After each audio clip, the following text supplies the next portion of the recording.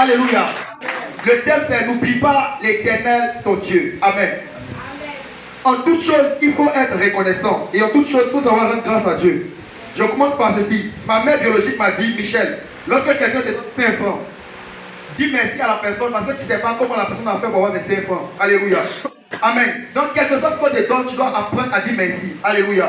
On appelle ça la reconnaissance.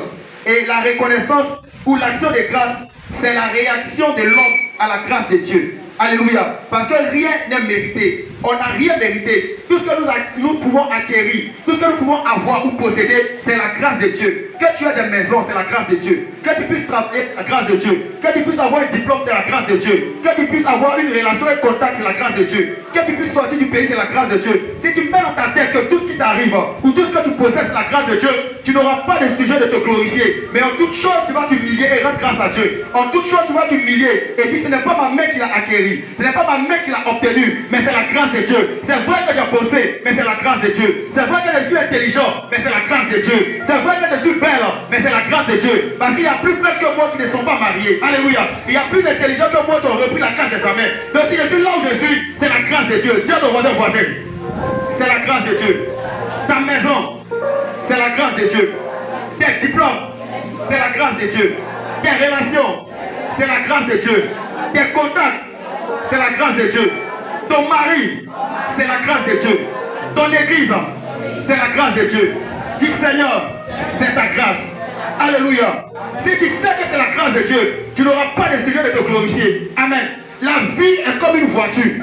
Et lorsque tu es dans une voiture, que tu avances, il y a un moment donné, tu es obligé de regarder dans le rétroviseur et de regarder en arrière. Parce que ta capacité à pouvoir aller loin, ta capacité à éviter les obstacles, ta capacité à éviter certains nombre de problèmes au devant de toi est déterminée par ta capacité à pouvoir regarder derrière. Alléluia. Si tu ne regardes pas dans le rétroviseur pour regarder derrière, il y a des obstacles que tu ne vas pas éviter. Alléluia. Dans la vie, lorsque Dieu nous fait avancer, lorsque Dieu commence à nous bénir, lorsque Dieu commence à nous élever, il faut que nous marquons une pause et que nous regardons en arrière. Parce que ta vie 2 ans en arrière n'est pas la même que celle que tu as aujourd'hui. Ta vie 3 ans en arrière n'est pas la même que celle que tu as aujourd'hui. Ta vie 5 ans en arrière, si on projette le film de ta vie 5 ans en arrière, ta vie n'a rien à voir avec celle que tu as aujourd'hui. Si on projette ta vie 5-10 ans en arrière, elle n'a rien à voir avec ce que tu as aujourd'hui. Alléluia.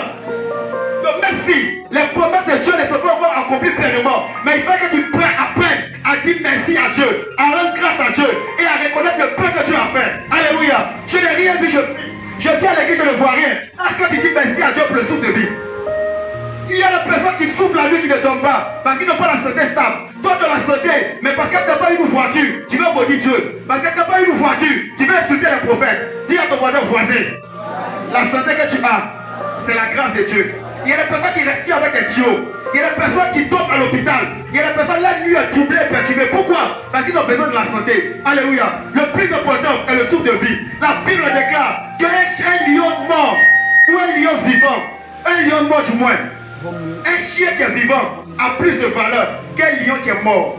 Alléluia. Pour dire quoi? Que dès qu'il y a la vie, il y a encore de l'espoir. Alléluia. Et Dieu est capable de te visiter aujourd'hui. Dieu est capable de te visiter demain. Comme quelqu'un pourrait le dire, lorsque Dieu visite ton voisin, c'est que Dieu est dans le quartier. Lorsque Dieu visite ta voisine, c'est que Dieu est dans le quartier. Et si c'est le quartier, parce que tu as prié, parce que tu t'es humilié, Dieu ne passera pas, ne sortira pas du quartier sans rentrer chez toi. Je décrète et je déclare, parce que tu t'es humilié sous la main de Dieu, que Dieu rentre chez toi au nom de Jésus. Que Dieu rentre dans tes affaires au nom de Jésus. Que Dieu rentre chez tes enfants au nom de Jésus. Que Dieu touche tes finances au nom de Jésus. Alléluia. L'Éternel parle. Il dit, je vous ai béni. Je vous ai donné la manne. Je vous ai secouru. Dans le désert, un homme ordinaire ne peut pas faire 40 ans dans le désert. Mais Israël était dans le désert pendant 40 ans. Et il marchait à pied. Dans le désert avec le soleil. Mais l'Éternel les a préservés. Dans le désert, l'Éternel avait été avec eux. Mais lorsqu'ils sont sortis du désert, Dieu va dire quelque chose. Il dit, n'oubliez pas l'Éternel, votre Dieu. Il y a des gens qui sont humbles aujourd'hui parce qu'ils n'ont rien. Dans les 2 ans, Dieu n'a qu'à le faire monter. Ils vont marcher sur tout le monde à l'église. Alléluia. L'une des choses sur laquelle tu dois le plus veiller, quand Dieu commence à te faire monter, c'est ton cœur. Dieu m'a dit, Michel, un jour, que ce qui va te maintenir dans la gloire, c'est ton cœur. Alléluia. C'est pas la beauté qui maintient dans la gloire. C'est pas la prière qui maintient dans la gloire. C'est pas le chant qui maintient dans la gloire. Ce n'est pas les offrandes qui maintiennent dans la gloire. Mais c'est l'état du cœur. Parce que ton cœur peut te faire monter à une grande vitesse. Et le même cœur qui t'a fait monter peut te faire descendre.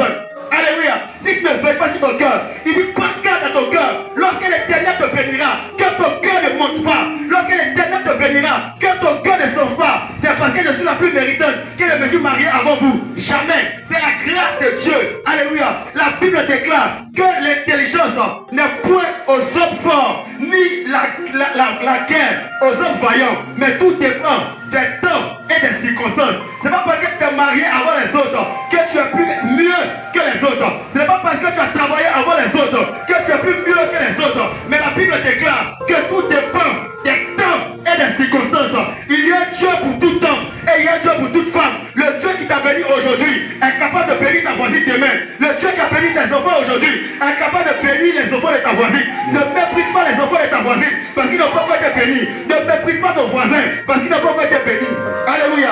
Tiens avec moi voisin. Veille sur ton cœur. N'oublie pas l'éternel ton Dieu. Il y a des personnes que Dieu a pipées. D'abord le prophète Yannick, il ne vient plus à l'église. Dieu t'a pipé, il t'a pas encore appelé. Il t'a pipé, tu ne viens plus à l'église. Tu as commencé à toucher 20 000, tu ne viens plus à l'église. Tu as commencé à toucher 30 000, même pour donner offrande, c'est compliqué. Tu as commencé à toucher 40 000, quand il te servit Dieu, tu grondes. Alléluia. Tiens ton voisin. Attention. Alléluia. Ce qui nous maintient, ce qui nous donne, est notre capacité à être dans la présence de Dieu. Tout ce qui se reçoit dans la présence de Dieu est conservé dans la présence de Dieu. Tout ce qui se reçoit de la main de Dieu est conservé lorsque nous sommes rattachés à Dieu. Alléluia. On ne va pas fêter son résultat de bac au maquis. On ne va pas fêter son résultat de bac au bois de nuit. On ne va pas fêter le résultat de son concours au bois de nuit. La reconnaissance à l'éternel vient là où l'éternel nous a bénis. Si l'éternel t'a donné ton bac à l'église, tu dois être reconnaissant à l'église. Si l'éternel t'a donné ton mariage à l'église, tu dois être reconnaissant à l'église. Il y a certaines personnes qui vont coucher sur le poitrine de leur mari comme ça. Et puis il y a beaucoup de poids qu'on dit gorille. Et puis elle a mis sa tête sur la poitrine et puis elle caresse. Tu sais quoi? Les prophètes ont dit et dit de faire attention. Qu'il y a une autre femme qui va venir te faire tomber. Et puis il dit les vieux prophètes, les menteurs comme ça là. Et puis il caresse la poitrine, vous de vous riez quoi. Que Dieu punisse le diable dans ta vie. Alléluia. N'oublie pas l'éternel ton Dieu. Dieu commence à te piper un peu. Tes enfants veulent aller à l'église. Oh, tous les jours c'est vous. Vous, à l'église, vous mettez ton mari, tous les jours, c'est toi qui te vas à l'église. Pourtant, lorsqu'il n'était pas encore béni, c'est lui qui t'accompagnait. Et puis tu venais à l'église. Tu as commencé à le bénir maintenant. Dès qu'il est sorti, il devient quiconque, chien méchant. Laisse-moi le portail. Tu as préparé la nourriture. Tu as servi les enfants. C'est dimanche maintenant, il vient te garder à la maison. Que Dieu punisse le diable dans sa vie au nom de Jésus. Alléluia, c'est pas lui, c'est le diable. N'oublie pas l'éternel ton Dieu. Quand Dieu va te visiter, quand Dieu va te faire monter, quand Dieu va te donner des grands biens, quand Dieu va te donner des richesses, n'oublie pas l'éternel ton Dieu. Parce que Salomon a dit que vanité des vanités. Salomon était un homme qui était béni. Et sur la terre, jusqu'à aujourd'hui, personne n'a été béni que Salomon. Toi tu penses que tu cherches femme, mais Salomon a cherché une femme plus que toi. Il a vu de toutes les couleurs. Toi tu penses que tu es un garçon. Salomon a battu le record. Alléluia. Toi tu veux des voitures, mais Salomon a eu plus que des voitures. Toi peut-être encore des 200 000, tu ne viens plus à l'église, là tu tapes ta poitrine. Salomon avait des milliards et des milliards. Il avait la sagesse, il avait des royaumes, il avait des biens. Mais la Bible déclare qu'au final de sa vie, au finish de sa vie, Salomon s'assoit et il regarde.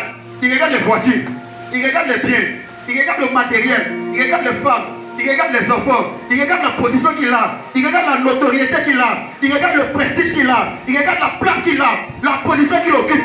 Mais il dit, vanité des vanités, parce que l'argent ne sert à rien, les femmes ne servent à rien, la maison ne sert à rien, la voiture ne sert à rien. Le plus important c'est l'éternel. Vanité des vanités, parce que tout va passer, mais l'éternel ne passera pas. Ton mariage va passer, ton mari va passer, tes enfants vont passer, tes diplômes vont passer, tes relations vont passer, l'église va passer. Mais il y a une seule personne qui demeure, il s'appelle Yahweh Adonai, il s'appelle Jésus-Christ de Nazareth. Tu peux oublier tout le monde, n'oublie jamais l'éternel, parce que c'est lui qui te calme. La Bible déclare que Dieu ne sommeille ni ne dort, parce que c'est lui qui garde Israël. Alléluia. Tu peux oublier tes parents, n'oublie pas l'éternel. Tu peux oublier tes amis, n'oublie pas l'éternel. La reconnaissance envers Dieu, c'est ce qui nous garde, c'est ce que Dieu nous a donné. La reconnaissance envers Dieu, c'est ce qui nous maintient. Il y a des personnes qui sont premiers à parler. Si Dieu me bénit, je change la paix du prophète. Si Dieu me bénit, je change la casquette du prophète. Si Dieu me bénit, il ne portera plus manche courte, il va porter manche longue. Comme Dieu l'a béni net. On dit, ceux qui avaient pris des engagements par rapport à l'église, ceux qui avaient promis acheter la voiture des prophètes, ceux qui avaient promis faire ceci,